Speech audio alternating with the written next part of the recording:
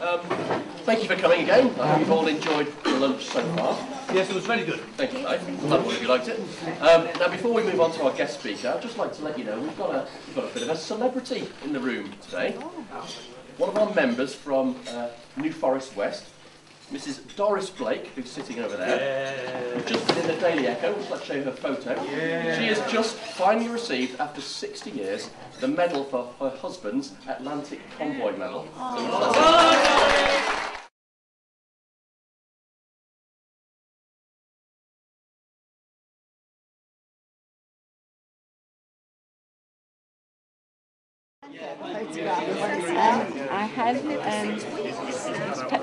I got the photograph of my husband's medal because he was on the Russian convoys, and he was mentioned in dispatches as well. I accepted his medal with great admiration, and it was lovely to receive it. And I'm sorry he's not here to accept it himself.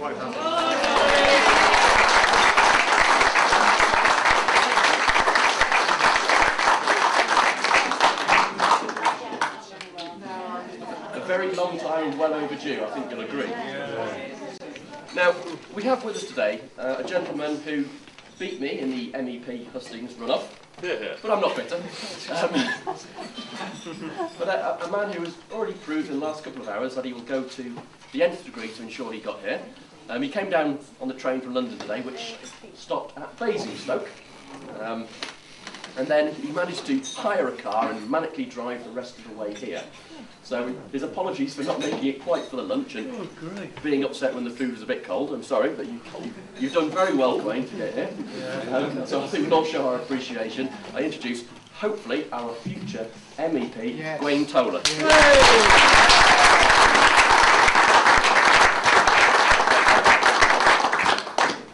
Thank you, Martin, and thank you. Well, I'm very pleased that, one, I've managed to make it. 1.5 hours at Waterloo Station, followed by, oh yes, the train's going to Southampton. Okay, so I phone up Enterprise Rent-A-Car at Southampton. Do you have any cars? Yes. Okay, no problem. We get to Basingstoke. When we said Southampton, what we meant was Salisbury. Oh, all right. So off at Basingstoke and hired a car, and I'm here now. Just sadly, when he talks about cold food, I can see. If you count that sort of mark on the tablecloth as my cold food, that's very, very kind of you. Anyhow, I'm here to talk about a variety of things, specifically looking at, obviously, the upcoming European elections. I mean, in this part of the world, we don't have much of the council elections to go on. We've got down at Weymouth and Portland, we have council elections. Apart from that, within Dorset, we don't. And looking beyond this May to next year, and our opportunities, our chances, our possibilities of breaking through at a Westminster level beyond where we've made so far.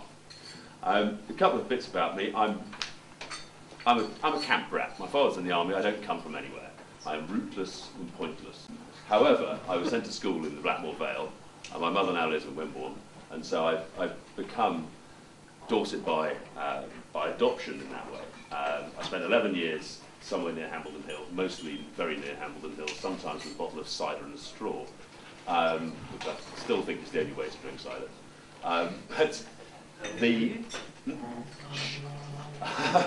But the point being is that I left Dorset about 25 years ago, and I've spent the last 25 years trying to find a good excuse to come back.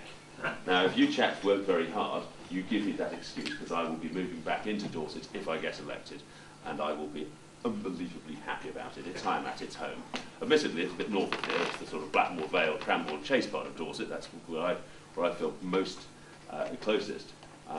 But this is, to my mind, where I'm from and where I would like the chance and honour of representing this part of the world cannot be gainsaid. As we all know, I know the last few weeks has been interesting. As the campaign builds up, I stopped working in Brussels as our press officer and London as our press officer, went to Brussels for a while. And I've obviously started to pick up on running and working on the campaign. And one thing that has been extremely apparent, obviously, is transport. I did some sums In the last 2 weeks, I've spent what should have been registered about 14 hours on trains, going down to Torquay, Bath, Weymouth, do various bits and pieces. That's probably 14 hours I'm supposed to have been. It's actually been 27 hours. The transport links are diabolical at present, and anybody who has been suffering from the weather will know this only too well. It started in Christmas and it's continued. And to that end, some of you will be aware of what, I understand one of our guests will be very aware of what's happened in Christchurch in the last couple of days. But I'd like to give you an example of the sort of work that we in UKIP can do that will make all the difference when it comes to council elections, and thus, from those council elections, the way we're working, moving forward into Westminster, making that difference. This is a letter from a resident in the block of flats that was flooded and were told that they had to buy their own, the Christchurch Council told them they had to buy their own sandbags. This is the letter. It's been forwarded to me, but to Nigel. Dear Mr. Farage, I just want you to hear my thanks to a couple of party members, particularly Robin Gray. We are 32 homes at risk on the banks of the River Stour. Our garden's been flooded and so on and so forth. Talked about Christchurch forcing them to pay. Now, the average age of the 40 residents in this place is 75. The council suggested, okay, we'll let you have the handbags for free, come and get them from the depot. All 500 of them. Cheers, chaps. Anyhow, Robin, in his decency, has been in touch with the residents. He's offering himself and a couple of bodies, and he's doing the work for them. But the comment is, basically, it's a very positive thing. Your two members have offered to provide vehicle help and manpower to help us. This is appreciated beyond description. Please be aware of these fine people. If you feel there's capital to be made by visiting, then I'm pleased to invite you. The media has been our only other friend. Now, it's only a little thing. And in fact, in the question of Robin, it's a couple of phone calls and a couple of hours of effort. But well done him. But trust me, those 30 residents will talk to other people. And they will say, you know what? It was UKIP that bothered to pull their finger out, get here, not just pontificate in waders in the Somerset levels, or wellies in the Somerset levels, or in fact shiny shoes in the Somerset levels, but actually pull their finger out, get onto the ground, do the work that is necessary. These people had no help whatsoever, and it was only the reportage in the local paper that somebody mentioned to a certain Guido Fawkes, and then it got a bit bigger, that caused David Cameron to tweet, all councils must offer free sandbags. And it's the work of UKIP members that has made this happen. So bloody well done to all of you who are doing that, but understand that it's picking up things like that, getting on with it and doing it. If you look up and down the country, the places we're doing particularly well, if you look at people like Chris Adams in Aylesbury, the reason why Chris got elected first time as borough councillor is because he went out and trimmed a hedge. Seriously. There'd been a hedge on one of the main roads going through his ward that the locals had been complaining, the council saying, oh, can't, and he said, damn this. And he and a couple of mates, with UKIP tabards, which is tad embarrassing, turned up there with their strimmers and cut the thing. He got elected 2 months later. And it's because of that practical effort and work. We are in this business, I hope and I believe, we are in this business because we want this country to be a better place. We're in this business because we want the people in this country to be happier in this land. And we are in this business because we want to change politics. But changing politics is getting off our comfortable bottoms and getting out there and helping people in their lives. You know what, sometimes they'll take your help and vote for somebody else. Fine. Because we're not doing it only because they might support us. We're doing it because it's the right thing to do. And it's something, but trust me, it will also have the positive impact that they will come, many of them will come support us, and they will tell their friends, and they will tell their family. And they'll say, you know what, they don't just talk the talk, they walk the walk too, they do things. And this is something we must remember.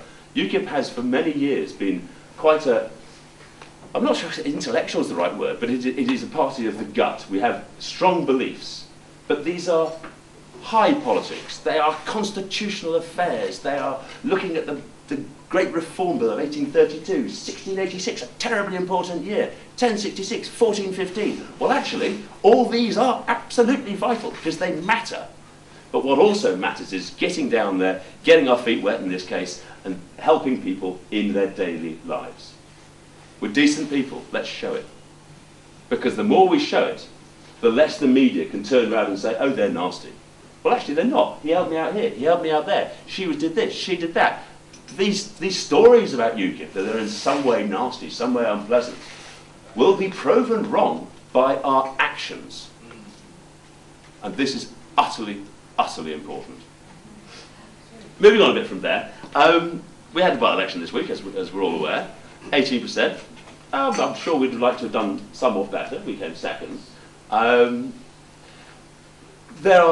wasn't the 25s, the 27s that we've had recently. This is the 5th out of 6 that we've come second in the last 6 by-elections. But it is not the greatest. But to be fair to the people who worked there, and many of you, I'm sure, went up and gave an afternoon or a day in the land of Wythenshawe. But there, we were fighting a very different campaign than we've been fighting in other recent by-elections. In recent by-elections, the way we've done very well, be it Eastleigh, be it South Shields, be it Rotherham, what we've seen is a deeply unpopular person being got rid of, either through corruption, being sent to jail, this, that, and the other. It's not been good for the main parties. In the case of Wythenshawe, we were dealing with somebody, a very popular local MP who'd been there for a long time, and whose replacement as a candidate was also a very popular local man. Nobody was parachuted in an area where they weigh the Labour vote. And we came from 3% to 18%. Let's not get too downhearted. Let's not think that some of the media are trying to say, oh, well, the momentum's off, they didn't break the 20%. Come off it, guys. 18% from 3 in 4 years. I think any other party would be quite pleased with that. I don't know. Just call me strange. So that momentum is still building. We are now impacting upon votes other than that which we used to. There's no doubt that we're hitting the Labour vote, the patriotic working class. We are moving beyond that traditional, frankly, and myself included, a former Tory. But we're moving well beyond that. We're speaking in a language that is understood. We don't speak in jargon. Well, sometimes I do, but most of us don't speak in jargon. We don't cavil. We're not frightened. We hold opinions. By and large, if we hold strong opinions, you will be defended by the party. Most of the time, it depends what you do next. The first opinion presented is generally supported. But however, if at that point you move on, then there can be some discipline, or there should be some. But one has to think of whilst I think we all want to be able to speak our mind and all the rest of it, we do have to think about the impact on other campaigns, on how we work. And I'll give you an example of that. Last week I was speaking at college in a large school, the sixth form large school in Weymouth. Very good place. And there was a debate going on, and there was the Labour number 1 in the South West, the Greens number 3, and the Lib Dems number 2, and myself. Funnily enough, the Tories decided not to turn up. How unusual. But a couple of things. One, they had a vote beforehand and a vote afterwards. You'll be pleased to know that UKIP increased its vote share by 100% of the students in the room who had voted at the beginning and voted at the end. Admittedly, it went from 1 to 2 of those, as they say, of those cats that declared a preference. But one thing did happen. A girl turned to me and said, so, you're the guy from UKIP, aren't you? Yeah. So let's get me right. You're the party that wants to move international development aid from bongo land and give it to places where gays cause the floods. Is that right?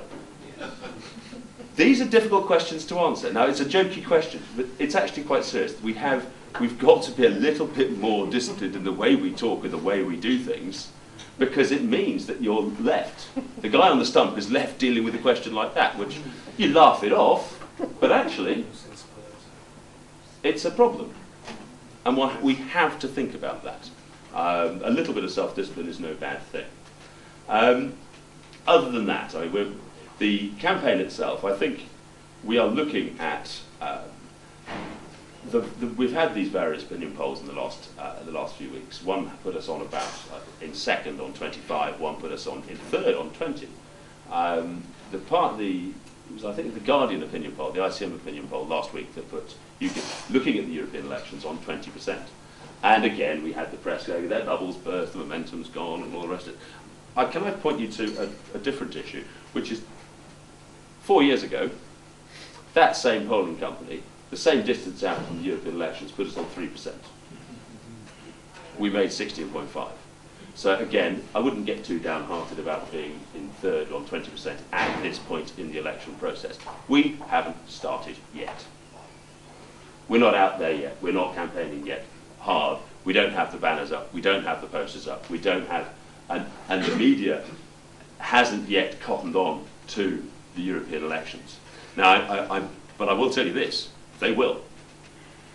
If you think, last year was a very strange council election. I've been a political anorak, unlike most people in this room and most people in UKIP. I'm actually a professional politician, and I apologise now. I've been involved in politics for most of my life, and I've been working in and around the political world all that time. I did have a business of my own for a short while, so I could just about claim that, but really, I'm a professional politician, I admit to it. In all my time of being a political wonk, probably about 30 years since 35 years when I've read the political pages of the newspapers, I cannot recall, and I'd be very surprised if anybody else can recall, a time when local council elections took up the front pages of newspapers for about 4 weeks. You'd be lucky to get half a column off the day after the elections until last year. And suddenly, what was going on in the local council elections was front page news, not just in the Telegraph or the Times, but in the Sun. In the tabloids were running front page stories about the local elections, often about our embarrassing candidates, but at the same time about the local elections. And the difference was UKIP. What the devil is this unwashed, amateur, gimcrack group of people going to do? What are they going to... They have the first idea. The Telegraph recently has put out a call. UKIP members, please, please, do a little video of yourself and tell us why you're UKIP. Because we haven't a clue.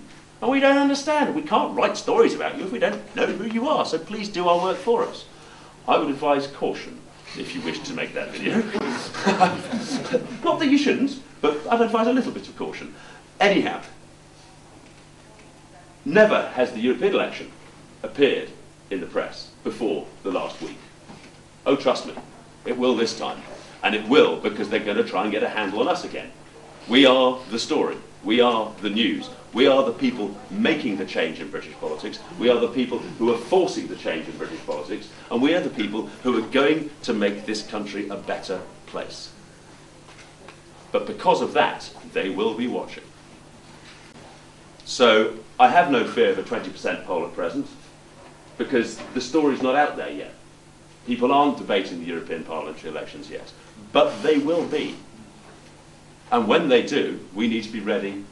We need to be out there. We need to be ensuring we get the postal votes, unlike in Wythenshawe. We need to be getting that side of things, the voluntary party, the professionalising of the voluntary party, in the sense that, yes, we have an election to fight. Yes, we know that area X is good and area Y isn't bad. We know to get the adverts there, to get the flyers there, to cut our suit to suit our cloth. We can't do everything. We know that. So I think that is terribly important. And of course, once that's happened, once we have fought those elections and with God's grace won those elections, what you will see the very next day, when Farage is up there somewhere in Westminster or wherever, his count's probably in Winchester or something, but he'll probably be in Westminster in the morning. There'll be the big interview. So, Nigel Farage, UKIP want it again. Well done. You'll have this bizarre Benny Hill crowd of journalists chasing him down the street like they did last year.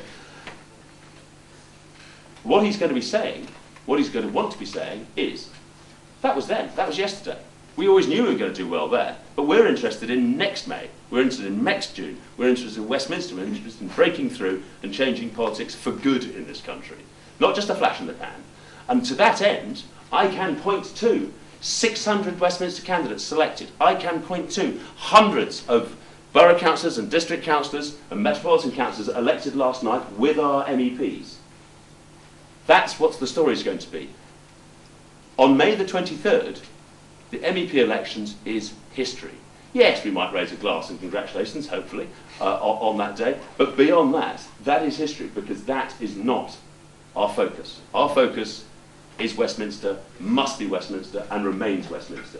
Because, let's be honest, those chaps in Brussels, when they come over here, as Mrs. Reading did last week, as Mr. Barroso did yesterday, and stand up, in fact, we want them here all the time, don't we? We want the entire European Commission to move to London and to travel around the country between now and the European election, because every time they open their mouth, they make it clear what they want.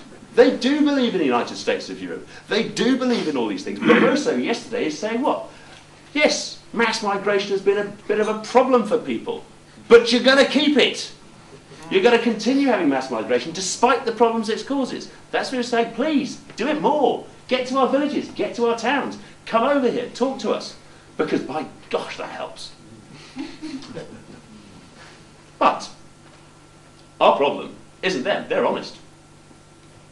The continental politicians, the Verhofstadts, the Reddings, the Barrosos, the Laszlo Andors, the unpronounceable people from Duritskaya and various other people of this sort, Martin Schulz in the European Parliament, and so on and so forth. They are absolutely honest about what they want. They want a United States of Europe. They want that federalising, one-size-fits-all plan. They want all power at the centre. They want to denude people of their democratic rights because it suits them. The only people who lie are our own politicians. The only people who pretend are our own politicians. And I'll tell you why. One, it's always easy to blame somebody else. It's not our fault, you can blame Brussels. And Brussels turns around and says, no, it's not our fault, you can blame it to Whitehall. And so that nobody knows where the blame lies. But it's also, as we heard from Miss Reading, and as we've been saying for many, many years, 70-odd% of our laws are made in Brussels. Are derived there, are edited there, are changed there, are amended there, are produced there, and they get sent to Westminster, and Westminster has no chance to change them. That is it. They are. Mr. Chairman. The point I'm making is that a Westminster politician in a general election is not going to stand up and tell you, vote for me, I can't do much. Vote for me, but I can't do anything about world trade. Vote for me, and your agriculture, well, actually, I can't do anything about that either, or environment, or you name it. Europe isn't a single issue. Europe is every issue. Almost. It's now education. I mean, when they're banging on, Andor was in Wales last week, basically slagging off British education, saying European education would be better for you, and this, and this, and this, and this. Even those areas where we've been told, which is basically health and education, which are sacrosanct to the tax and sacrosanct to the nation states, even those areas are being overrun and dug into and cut out. So the reason why we have a dishonest class of politicians in this country, and weirdly an honest class of politicians in Europe, is that our politicians cannot go to the public and say, vote for us, we can do nothing. And the only reason they can do nothing is they're not prepared to take the step that we would like them to do, which is to get our independence back, to allow the people of this country to vote on its own laws, vote for its own politicians who create its own laws. And, let's be honest, it's not going to be perfect. We get out, it's going to be hard work. We get out, we're going to make mistakes. Our politicians after all, will make mistakes. They will get legislation wrong. But it will be our fault and our responsibility to make it better. And that, to me, is a far more honourable position to be in than to blame somebody else.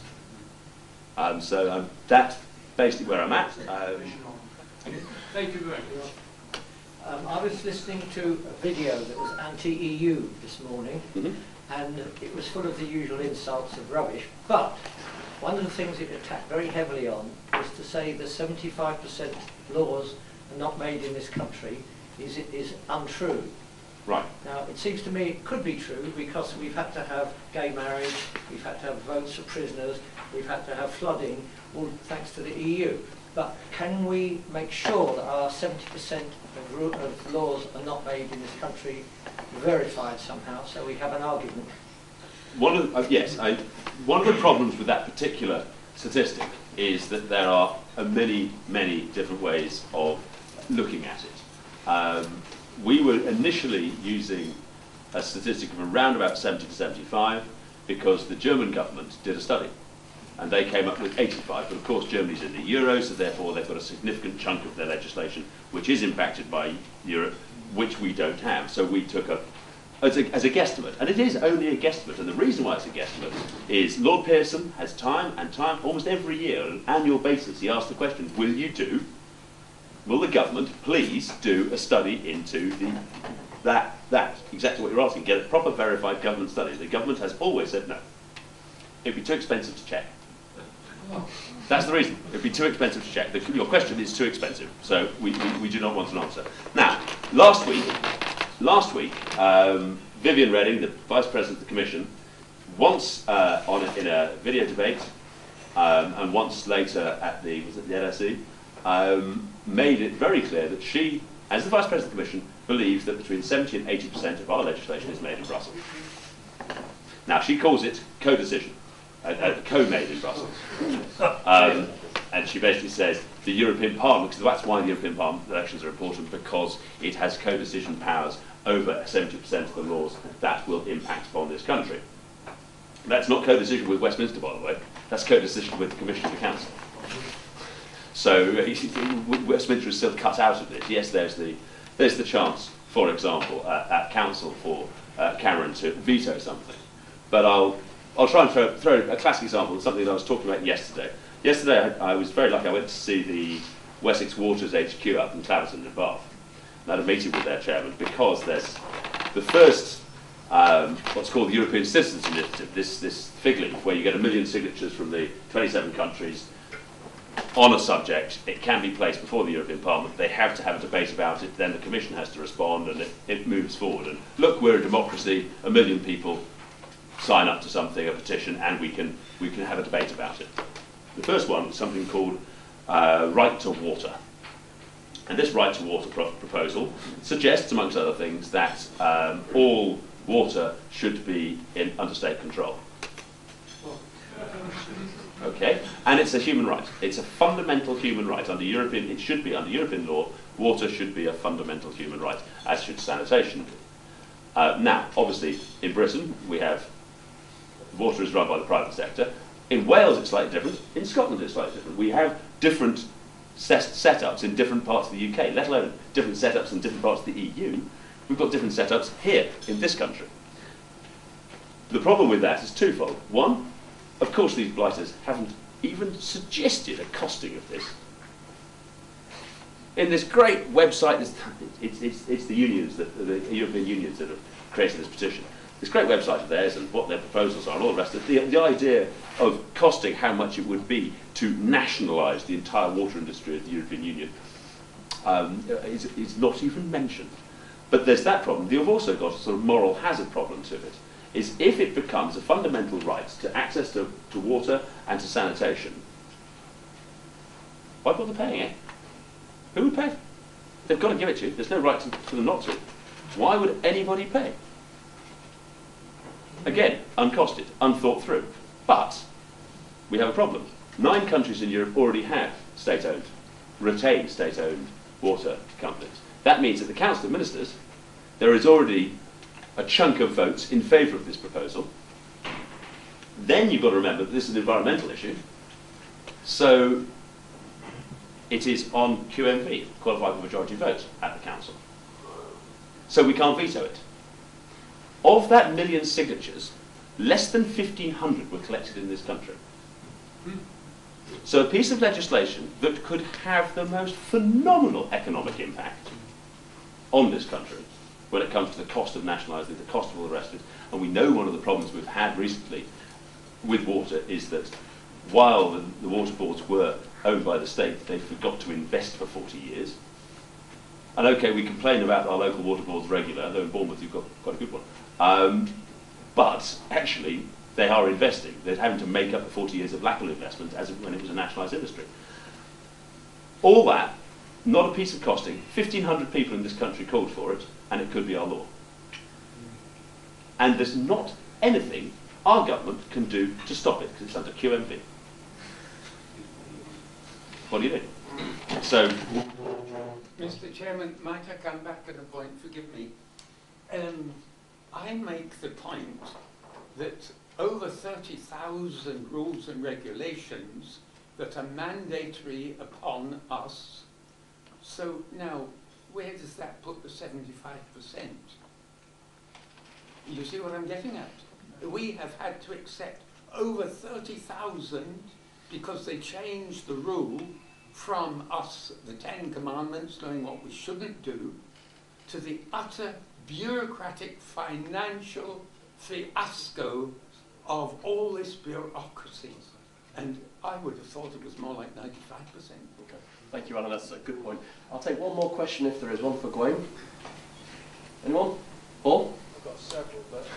I'll have to limit it to just one, right? Yeah, I've got several questions, but I'll leave it to one. If we get out of the EU, UKIP say they will hold a referendum. Other parties say they will get out. There's a big difference. So how would UKIP force a referendum? And two, what would that do for natural England? Can we have a repeat on the question? Right, so basically, UKIP are saying that they want a referendum, but that's different from saying they want to be out of the EU. Yeah? It's giving people the It's basically saying UKIP believe they want to be out of the EU, but actually they're campaigning for a referendum. It's not the same thing. That's the point. And if we were to leave the EU, there are many bodies in this country, such as Natural England, that are significantly funded by the EU. What happens to them? Yeah, what happens? Is that a fair Yes. drafting of your question? You probably haven't thought about that because it's too far down the line. Well, up to a point. Firstly, I think there is nary a person in UKIP that does not wish to leave the EU. Now, the idea of a referendum is a step on the way to that.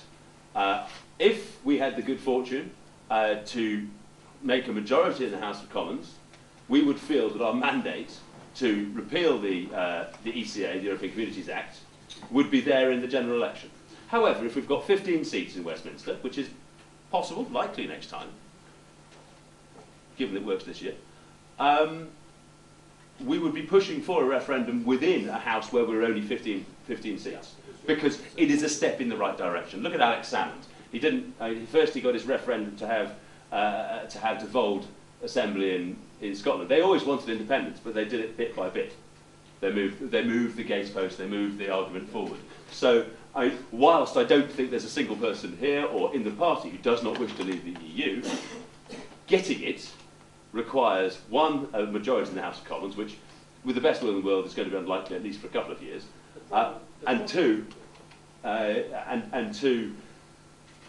we have to deal with reality as it is and practical politics as it is. So, if we can get a referendum, we can at least fight that case. Yeah, the problem is that in the House of Commons... I think we'll have to continue this debate offline because we've only got a limited amount of time. We've got the PCBA want to come in as well. Sorry. So, can I ask you to give your warm thanks to our prospective MEPs?